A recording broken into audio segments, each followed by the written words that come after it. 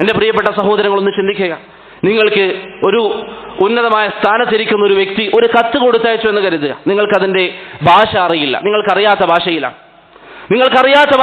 നിങ്ങൾ ആരെങ്കിലും ഇപ്പോൾ സൗദി രാജാവ് നിങ്ങൾക്കൊരു കത്ത് കൊടുത്തയച്ചു, അതിൻ്റെ ഭാഷ നിങ്ങൾക്കറിയില്ല.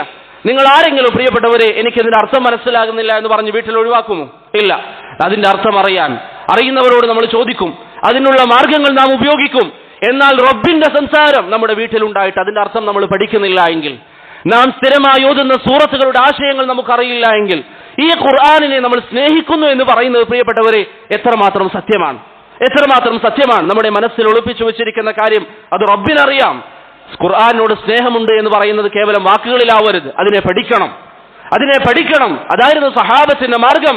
നബി സല്ലല്ലാഹു അലൈഹി വസല്ലം ഒരിക്കൽ പറഞ്ഞു, ഖൈറുക്കും മൻ തഅല്ലമൽ ഖുർആന വഅല്ലമ, ജനങ്ങളെ നിങ്ങളിൽ ഏറ്റവും നല്ലവർ ഖുർആൻ പഠിക്കുകയും പഠിപ്പിക്കുകയും ചെയ്യുന്നവരാണ്. ഇത് ഹദീസ് കേട്ട മഹാനായ അബൂ അബ്ദുറഹ്മാൻ അസ്സുലമി റഹിമഹുല്ലാഹ് ഉസ്മാൻ ഇബ്നു അഫ്ഫാൻ റളിയല്ലാഹു അൻഹുവിന്റെ ഖിലാഫത്തിൽ പഠിപ്പിക്കാൻ വേണ്ടിയിരുന്നു, ഖുർആൻ പഠിപ്പിക്കാൻ. കാരണം അദ്ദേഹം മനസ്സിലാക്കി, ഏറ്റവും നല്ലവർ ധാരാളം കച്ചവടം ചെയ്ത് പണമുണ്ടാക്കുന്നവരല്ല, ഭൂമിയിൽ മറ്റെന്തെങ്കിലും ചെയ്തു കൂട്ടുന്നവരല്ല, മറിച്ച് ഖുർആൻ പഠിക്കുകയും പഠിപ്പിക്കുകയും ചെയ്യുന്നവർ. അദ്ദേഹം ഖുർആൻ പഠിപ്പിക്കാൻ വേണ്ടിയിരുന്നു. ഹജ്ജാജ് ഇബ്നു യൂസഫിന്റെ ഭരണകൂടം വരെ അദ്ദേഹം ഖുർആൻ പഠിപ്പിക്കാൻ വേണ്ടിയിരുന്നു. ഹാഫിദ് ഇബ്നു കസീർ ഫളായിലുൽ ഖുർആനിൽ പറയുന്നു, ഏകദേശം 70 വർഷത്തോളം അദ്ദേഹം ഖുർആൻ പഠിപ്പിക്കാൻ വേണ്ടിയിരുന്നു. 70 വർഷത്തോളം ഖുർആൻ പഠിപ്പിക്കാൻ അദ്ദേഹം മാറിയിരുന്നു. എന്താ കാരണം?